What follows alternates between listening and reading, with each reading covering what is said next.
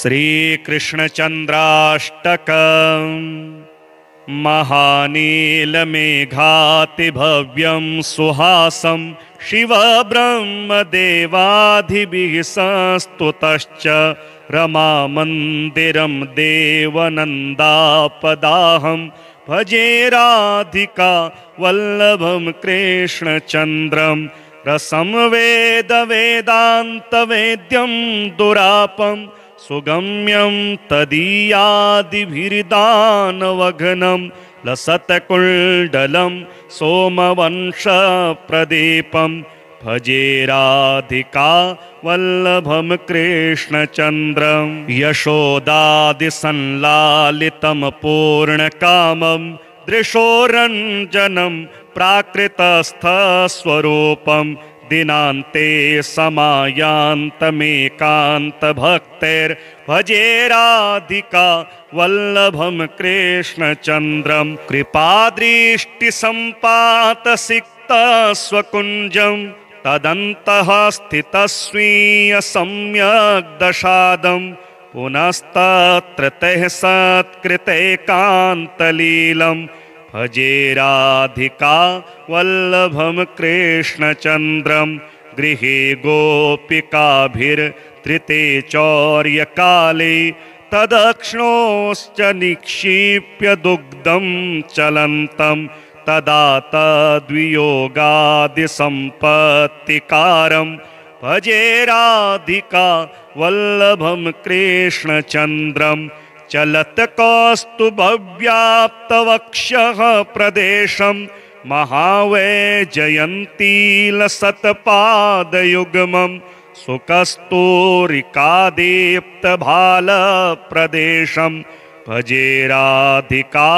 वल्लभं कृष्णचन्द्रं गवादोहने दृष्टराधामुखाब्जं तदानीं च तन्मेलनव्यग्रचित्तं समुत्पन्नतनमानसैकान्तभावं भजे राधिका वल्लभं कृष्णचन्द्रम् अधः कृष्णचन्द्राष्टकं प्रेमयुक्तः पठेत् कृष्णसान्निध्यमाप्नोति नित्यं कलौ यः ससंसारदुःखातिरिक्तं प्रयात्येव विष्णोः पदं निर्भयं तत् श्रीकृष्णजन्मस्तोत्रम् देवक्युवाच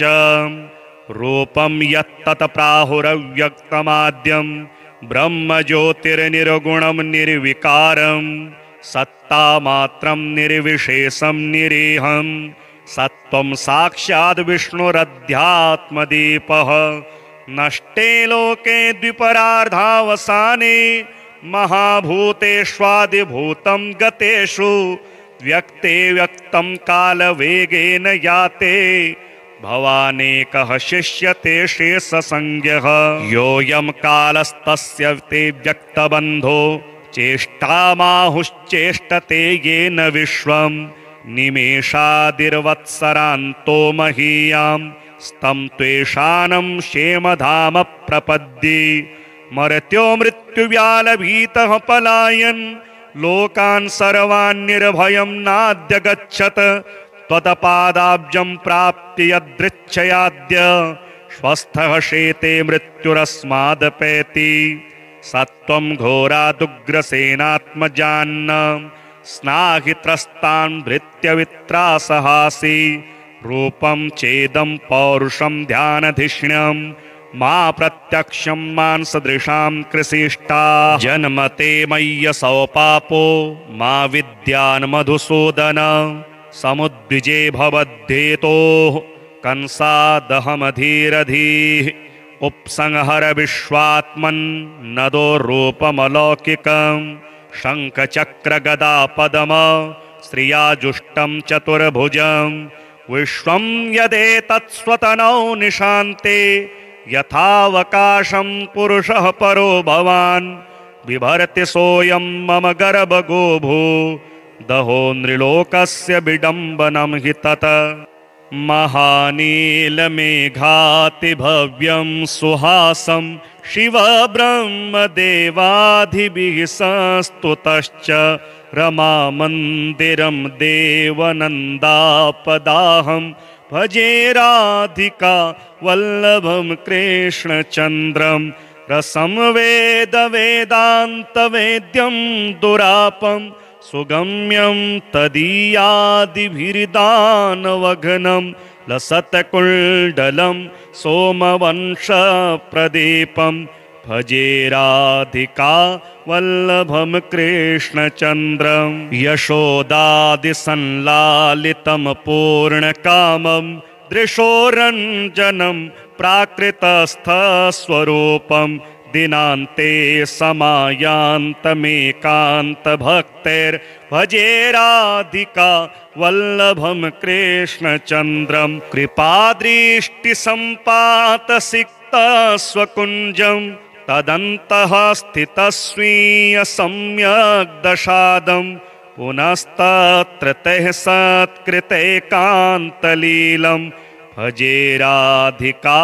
वल्लभं कृष्णचन्द्रं गृहे गोपिकाभिर्धृते चौर्यकाले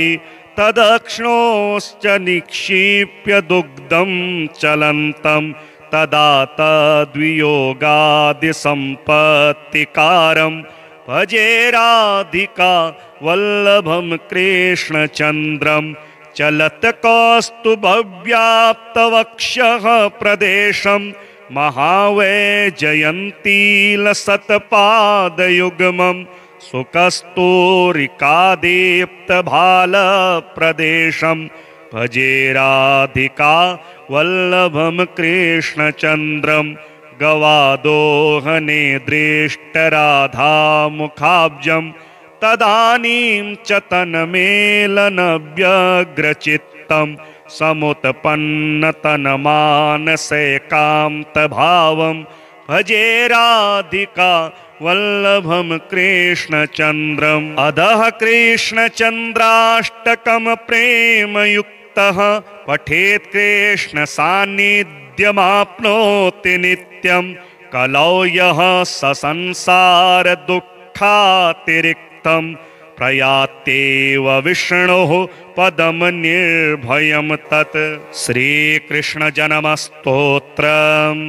देवक्युवाच रूपं यत्तत् प्राहुरव्यक्तमाद्यं ब्रह्मज्योतिर्निर्गुणं निर्विकारं सत्तामात्रं निर्विशेषं निरीहं सत्त्वं साक्षाद् विष्णुरध्यात्मदीपः नष्टे लोके द्विपरार्धावसाने महाभूतेष्वादिभूतं गतेषु व्यक्ते व्यक्तं कालवेगेन याते भवानेकः शिष्यते शेषसंज्ञः योऽयं कालस्तस्य ते व्यक्तबन्धो चेष्टामाहुश्चेष्टते येन विश्वं निमेषादिर्वत्सरान्तो महीयां स्तं त्वेषानं क्षेमधाम प्रपद्ये मर्त्यो मृत्युव्यालभीतः पलायन् लोकान् सर्वान् निर्भयं नाद्य गच्छत त्वत्पादाब्जं प्राप्य यदृच्छयाद्य स्वस्थः शेते मृत्युरस्मादपैति सत्त्वं घोरादुग्रसेनात्मजान्न स्नाहि त्रस्तान् भृत्यवित्रासहासि रूपं चेदं पौरुषं ध्यानधिष्ण्यं मा प्रत्यक्षं मांसदृशां कृशिष्टा जन्मते मय्यसौ पापो मा विद्यान् मधुसूदन समुद्विजे भवद्धेतोः कंसादहमधीरधीः उपसंहर विश्वात्मन् नदो रूपमलौकिकं शङ्खचक्रगदापदम श्रियाजुष्टं चतुर्भुजं विश्वं यदेतत्स्वतनौ निशान्ते यथावकाशं पुरुषः परो भवान् बिभर्ति सोऽयं मम गर्भगो भू दहो नृलोकस्य विडम्बनं हि तत महानीलमेघातिभव्यं सुहासं शिवब्रह्मदेवादिभिः संस्तुतश्च रमामन्दिरं देवनन्दापदाहं भजे राधिका वल्लभं कृष्णचन्द्रं रसं वेदान्तवेद्यं दुरापं सुगम्यं तदीयादिभिर्दानवघ्नं लसत्कुण्डलं सोमवंशप्रदीपं भजे राधिका वल्लभं कृष्णचन्द्रं यशोदादिसंलालितं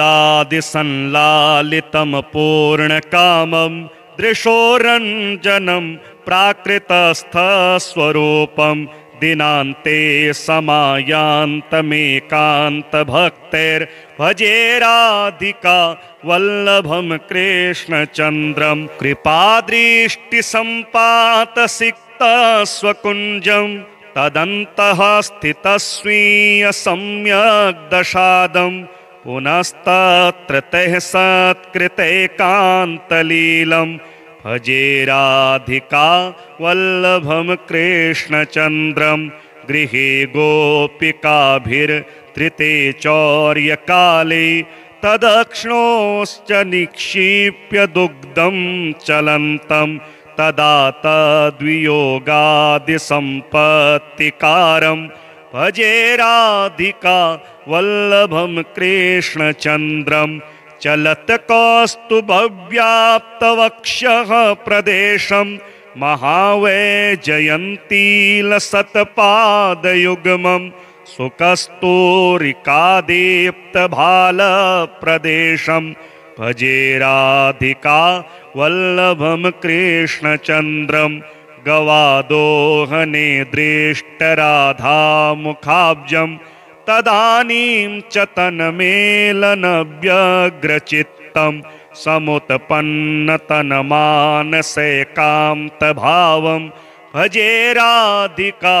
वल्लभं कृष्णचन्द्रम् अधः कृष्णचन्द्राष्टकं प्रेमयुक्तः पठेत् कृष्ण सान्निध्यमाप्नोति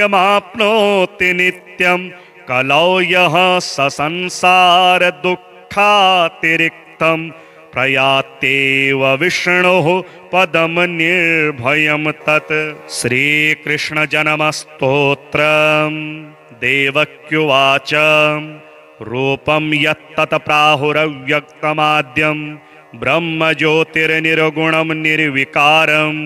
सत्तामात्रं निर्विशेषं निरीहं सत्त्वं साक्षाद् विष्णुरध्यात्मदीपः नष्टे लोके द्विपरार्धावसाने महाभूतेष्वादिभूतं गतेषु व्यक्ते व्यक्तं कालवेगेन याते भवानेकः शिष्यते शेषसंज्ञः योऽयं कालस्तस्य ते व्यक्तबन्धो चेष्टामाहुश्चेष्टते येन विश्वं निमेषादिर्वत्सरान्तो महीयां स्तं त्वेषानं क्षेमधाम प्रपद्ये मर्त्यो मृत्युव्यालभीतः पलायन् लोकान् सर्वान् निर्भयं नाद्य गच्छत त्वत्पादाब्जं प्राप्य यदृच्छयाद्य स्वस्थः शेते मृत्युरस्मादपैति सत्त्वं घोरादुग्रसेनात्मजान्न स्नाहि त्रस्तान् भृत्यवित्रासहासि रूपं चेदं पौरुषं ध्यानधिष्ण्यं मा प्रत्यक्षं मांसदृशां कृशिष्टा जन्मते मय्यसौ पापो मा विद्यान् मधुसूदन समुद्विजे भवद्धेतोः कंसादहमधीरधीः उपसंहर विश्वात्मन्नदो रूपमलौकिकं शङ्खचक्रगदापदम श्रियाजुष्टं चतुर्भुजं विश्वं यदेतत्स्वतनौ निशान्ते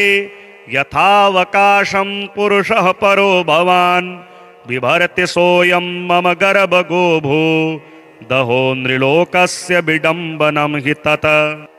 महानीलमेघातिभव्यं सुहासं शिवब्रह्मदेवादिभिः संस्तुतश्च रमामन्दिरं देवनन्दापदाहं भजे राधिका वल्लभं कृष्णचन्द्रं रसं वेद वेदान्तवेद्यं दुरापं सुगम्यं तदीयादिभिर्दानवघ्नं लसत्कुण्डलं सोमवंशप्रदीपं भजे राधिका वल्लभं कृष्णचन्द्रं यशोदादिसंलालितं पूर्णकामं दृशोरञ्जनं प्राकृतस्थस्वरूपं दिनान्ते समायान्तमेकान्तभक्तैर्भजे राधिका वल्लभं कृष्णचन्द्रं कृपादृष्टिसम्पातसिक्तस्वकुञ्जं तदन्तः स्थितस्वीय सम्यग् दशादं पुनस्तत्र तैः सत्कृतैकान्तलीलं भजे राधिका वल्लभं कृष्णचन्द्रं गृहे गोपिकाभिर्धृते चौर्यकाले तदक्ष्णोश्च निक्षिप्य दुग्धं चलन्तं तदा तद्वियोगादिसम्पत्तिकारं भजे राधिका वल्लभं कृष्णचन्द्रं चलत् कौस्तुभव्याप्तवक्षः प्रदेशं महावैजयन्तीलसत्पादयुग्मं सुकस्तूरिकादीप्तभालप्रदेशं भजे राधिका वल्लभं कृष्णचन्द्रं गवादोहने दृष्टराधामुखाब्जं तदानीं च तन्मेलनव्यग्रचित्तं समुत्पन्नतनमानसैकान्तभावं भजे राधिका वल्लभं कृष्णचन्द्रम् अधः कृष्णचन्द्राष्टकं प्रेमयुक्तः पठेत् कृष्णसान्निध्यमाप्नोति नित्यं कलौ यः ससंसारदुःखातिरिक्तं प्रयात्येव विष्णोः पदं निर्भयं तत् श्रीकृष्णजन्मस्तोत्रम् देवक्युवाच रूपं यत्तत् प्राहुरव्यक्तमाद्यं ब्रह्मज्योतिर्निर्गुणं निर्विकारं सत्तामात्रं निर्विशेषं निरीहं सत्त्वं साक्षाद् विष्णुरध्यात्मदीपः नष्टे लोके द्विपरार्धावसाने महाभूतेष्वादिभूतं गतेषु व्यक्ते व्यक्तं कालवेगेन याते भवानेकः शिष्यते शेषसंज्ञः योऽयं कालस्तस्य ते व्यक्तबन्धो चेष्टामाहुश्चेष्टते येन विश्वं निमेषादिर्वत्सरान्तो महीयां स्तं त्वेषानं क्षेमधाम प्रपद्ये मर्त्यो मृत्युव्यालभीतः पलायन् लोकान् सर्वान् निर्भयं नाद्य गच्छत त्वत्पादाब्जं प्राप्य यदृच्छयाद्य स्वस्थः शेते मृत्युरस्मादपैति सत्त्वं घोरादुग्रसेनात्मजान्न स्नाहि त्रस्तान् धृत्य वित्रासहासि रूपं चेदं पौरुषं ध्यानधिष्ण्यं मा प्रत्यक्षं मांसदृशां कृशिष्टा जन्मते मय्यसौ पापो मा विद्यान्मधुसूदन समुद्विजे भवद्धेतोः कंसादहमधीरधीः उपसंहर विश्वात्मन् नदो रूपमलौकिकं शङ्खचक्रगदापदम श्रियाजुष्टं चतुर्भुजं विश्वं यदेतत्स्वतनौ निशान्ते यथावकाशं पुरुषः परो भवान् बिभर्ति सोऽयं मम गर्भगो भू दहो नृलोकस्य विडम्बनं हि तत् महानीलमेघातिभव्यं सुहासं शिवब्रह्मदेवादिभिः संस्तुतश्च रमामन्दिरं देवनन्दापदाहं भजे राधिका वल्लभं कृष्णचन्द्रं रसं वेद वेदान्तवेद्यं दुरापं सुगम्यं तदीयादिभिर्दानवघ्नं लसत्कुण्डलं सोमवंशप्रदीपं भजे राधिका वल्लभं कृष्णचन्द्रं यशोदादिसंलालितं पूर्णकामं दृशोरञ्जनं प्राकृतस्थस्वरूपं दिनान्ते समायान्तमेकान्तभक्तैर्भजे राधिका वल्लभं कृष्णचन्द्रं कृपादृष्टिसम्पातसिक्तस्वकुञ्जं तदन्तः स्थितस्वीयसम्यग्दशादं पुनस्तत्र तैः सत्कृतैकान्तलीलं भजे राधिका वल्लभं कृष्णचन्द्रं गृहे गोपिकाभिर्धृते चौर्यकाले तदक्ष्णोश्च निक्षिप्य दुग्धं चलन्तं तदा तद्वियोगादिसम्पत्तिकारं भजे राधिका वल्लभं कृष्णचन्द्रं चलत कौस्तुभव्याप्तवक्षः प्रदेशं महावैजयन्तीलसत्पादयुग्मं सुकस्तूरिकादीप्तभालप्रदेशं भजे राधिका वल्लभं कृष्णचन्द्रं गवादोहने दृष्टराधामुखाब्जं तदानीं च तन्मेलनव्यग्रचित्तं समुत्पन्नतनमानसैकान्तभावं भजे राधिका वल्लभं कृष्णचन्द्रम् अधः कृष्णचन्द्राष्टकं प्रेमयुक्तः पठेत् कृष्णसान्निध्यमाप्नोति नित्यं कलौ यः ससंसारदुःखातिरिक्तं प्रयात्येव विष्णोः पदं निर्भयं तत् श्रीकृष्णजन्मस्तोत्रम् देवक्युवाच रूपं यत्तत् प्राहुरव्यक्तमाद्यं ब्रह्मज्योतिर्निर्गुणं निर्विकारं सत्तामात्रं निर्विशेषं निरीहं सत्त्वं साक्षाद् विष्णुरध्यात्मदीपः नष्टे लोके द्विपरार्धावसाने महाभूतेष्वादिभूतं गतेषु व्यक्ते व्यक्तं कालवेगेन याते भवानेकः शिष्यते शेषसंज्ञः योऽयं कालस्तस्य ते व्यक्तबन्धो चेष्टामाहुश्चेष्टते येन विश्वं निमेषादिर्वत्सरान्तो महीयां स्तं त्वेषानं क्षेमधाम प्रपद्ये मर्त्यो मृत्युव्यालभीतः पलायन् लोकान् सर्वान् निर्भयं नाद्य गच्छत त्वत्पादाब्जं प्राप्य यदृच्छयाद्य स्वस्थः शेते मृत्युरस्मादपैति सत्त्वं घोरादुग्रसेनात्मजान्न स्नाहि त्रस्तान् भृत्यवित्रासहासि रूपं चेदं पौरुषं ध्यानधिष्ण्यं मा प्रत्यक्षं मांसदृशां कृशिष्टा जन्मते मय्यसौ पापो मा विद्यान् मधुसूदन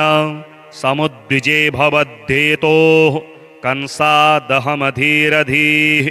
उपसंहर विश्वात्मन् नदो रूपमलौकिकं शङ्खचक्रगदापदम श्रियाजुष्टं चतुर्भुजं विश्वं यदेतत्स्वतनौ निशान्ते यथावकाशं पुरुषः परो भवान् बिभर्ति सोऽयं मम गर्भगो भू दहो नृलोकस्य विडम्बनं हि तत् महानीलमेघातिभव्यं सुहासं शिवब्रह्मदेवादिभिः संस्तुतश्च रमामन्दिरं देवनन्दापदाहं भजे राधिका वल्लभं कृष्णचन्द्रं रसं वेदवेदान्तवेद्यं दुरापं सुगम्यं तदीयादिभिर्दानवघ्नं लसत्कुण्डलं सोमवंशप्रदीपं भजे राधिका वल्लभं कृष्णचन्द्रं यशोदादिसंलालितं पूर्णकामं दृशोरञ्जनं प्राकृतस्थस्वरूपं दिनान्ते समायान्तमेकान्तभक्तैर्भजे राधिका वल्लभं कृष्णचन्द्रं कृपादृष्टिसम्पातसिक्तस्वकुञ्जं तदन्तः स्थितस्वीय सम्यग् दशादं पुनस्तत्र तैः सत्कृतैकान्तलीलं भजे राधिका वल्लभं कृष्णचन्द्रं गृहे गोपिकाभिर्धृते चौर्यकाले तदक्ष्णोश्च निक्षिप्य दुग्धं चलन्तं तदा तद्वियोगादिसम्पत्तिकारं भजे राधिका वल्लभं कृष्णचन्द्रं चलत कौस्तुभव्याप्तवक्षः प्रदेशं महावैजयन्तीलसत्पादयुग्मं सुकस्तूरिकादीप्तभालप्रदेशं भजे राधिका वल्लभं कृष्णचन्द्रं गवादोहने दृष्टराधामुखाब्जं तदानीं च तन्मेलनव्यग्रचित्तं समुत्पन्नतन्मानसैकान्तभावं भजे राधिका वल्लभं कृष्णचन्द्रम् अधः कृष्णचन्द्राष्टकं प्रेमयुक्तः पठेत् कृष्ण सान्निध्यमाप्नोति नित्यं कलौ यः ससंसार दुःखातिरिक्तं प्रयात्येव विष्णोः पदं निर्भयं तत् श्रीकृष्ण जन्मस्तोत्रम् देवक्युवाच रूपं यत्तत् प्राहुरव्यक्तमाद्यं ब्रह्मज्योतिर्निर्गुणं निर्विकारं सत्तामात्रं निर्विशेषं निरीहं सत्त्वं साक्षाद् विष्णुरध्यात्मदीपः नष्टे लोके द्विपरार्धावसाने महाभूतेष्वादिभूतं गतेषु व्यक्ते व्यक्तं कालवेगेन याते भवानेकः शिष्यते शेषसंज्ञः योऽयं कालस्तस्य ते व्यक्तबन्धो चेष्टामाहुश्चेष्टते येन विश्वं निमेषादिर्वत्सरान्तो महीयां स्तं त्वेषानं क्षेमधाम प्रपद्ये मर्त्यो मृत्युव्यालभीतः पलायन् लोकान् सर्वान् निर्भयं नाद्य गच्छत त्वत्पादाब्जं प्राप्य यदृच्छयाद्य स्वस्थः शेते मृत्युरस्मादपैति सत्त्वं घोरादुग्रसेनात्मजान्न स्नाहि त्रस्तान् भृत्यवित्रासहासि रूपं चेदं पौरुषं ध्यानधिष्ण्यं मा प्रत्यक्षं मांसदृशां कृशिष्टा जन्मते मय्यसौ पापो मा विद्यान् मधुसूदन समुद्विजे भवद्धेतोः कंसादहमधीरधीः उपसंहर विश्वात्मन् नदो रूपमलौकिकं शङ्खचक्रगदापदम श्रियाजुष्टं चतुर्भुजं विश्वं यदेतत्स्वतनौ निशान्ते यथावकाशं पुरुषः परो भवान् बिभर्ति सोऽयं मम गर्भगो भू दहो नृलोकस्य विडम्बनं हि तत् महानीलमेघातिभव्यं सुहासं शिवब्रह्मदेवादिभिः संस्तुतश्च रमामन्दिरं देवनन्दापदाहं भजे राधिका वल्लभं कृष्णचन्द्रं रसं वेदवेदान्तवेद्यं दुरापं सुगम्यं तदीयादिभिर्दानवघ्नं लसत्कुण्डलं सोमवंशप्रदीपं भजे राधिका वल्लभं कृष्णचन्द्रं यशोदादिसंलालितं पूर्णकामं दृशोरञ्जनं प्राकृतस्थस्वरूपं दिनान्ते समायान्तमेकान्तभक्तैर्भजे राधिका वल्लभं कृष्णचन्द्रं कृपादृष्टिसम्पातसिक्तस्वकुञ्जं तदन्तः स्थितस्वीयसम्यग्दशादं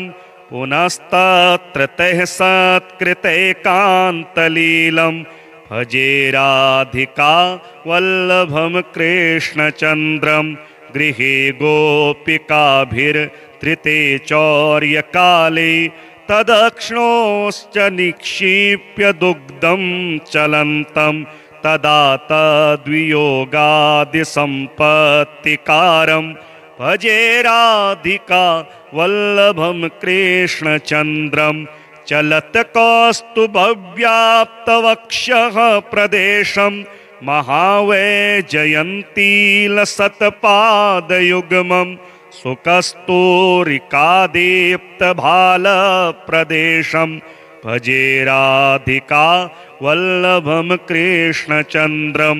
गवादोहने दृष्टराधामुखाब्जं तदानीं च तन्मेलनव्यग्रचित्तं समुत्पन्नतनमानसैकान्तभावं भजे राधिका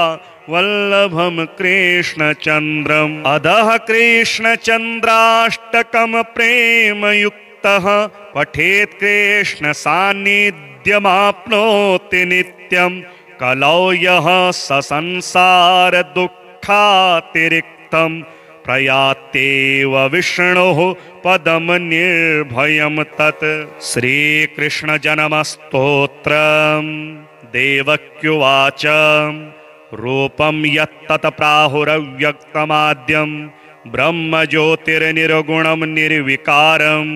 सत्तामात्रं निर्विशेषं निरीहं सत्त्वं साक्षाद् विष्णुरध्यात्मदीपः नष्टे लोके द्विपरार्धावसाने महाभूतेष्वादिभूतं गतेषु व्यक्ते व्यक्तं कालवेगेन याते भवानेकः शिष्यते शेषसंज्ञः योऽयं कालस्तस्य ते व्यक्तबन्धो चेष्टामाहुश्चेष्टते येन विश्वं निमेषादिर्वत्सरान्तो महीयां स्तं त्वेषानं क्षेमधाम प्रपद्ये मर्त्यो मृत्युव्यालभीतः पलायन् लोकान् सर्वान् निर्भयं नाद्य गच्छत त्वत्पादाब्जं प्राप्य यदृच्छयाद्य स्वस्थः शेते मृत्युरस्मादपैति सत्त्वं घोरादुग्रसेनात्मजान्न स्नाहि त्रस्तान् भृत्य वित्रासहासि रूपं चेदं पौरुषं ध्यानधिष्ण्यं मा प्रत्यक्षं मांसदृशां कृशिष्टा जन्मते मय्यसौ पापो मा विद्यान् मधुसूदन समुद्विजे भवद्धेतोः कंसादहमधीरधीः उपसंहर विश्वात्मन् नदो रूपमलौकिकं शङ्खचक्रगदापदम श्रियाजुष्टं चतुर्भुजं विश्वं यदेतत्स्वतनौ निशान्ते यथावकाशं पुरुषः परो भवान् बिभर्ति सोऽयं मम गर्भगोभू दहो नृलोकस्य विडम्बनं हि तत्।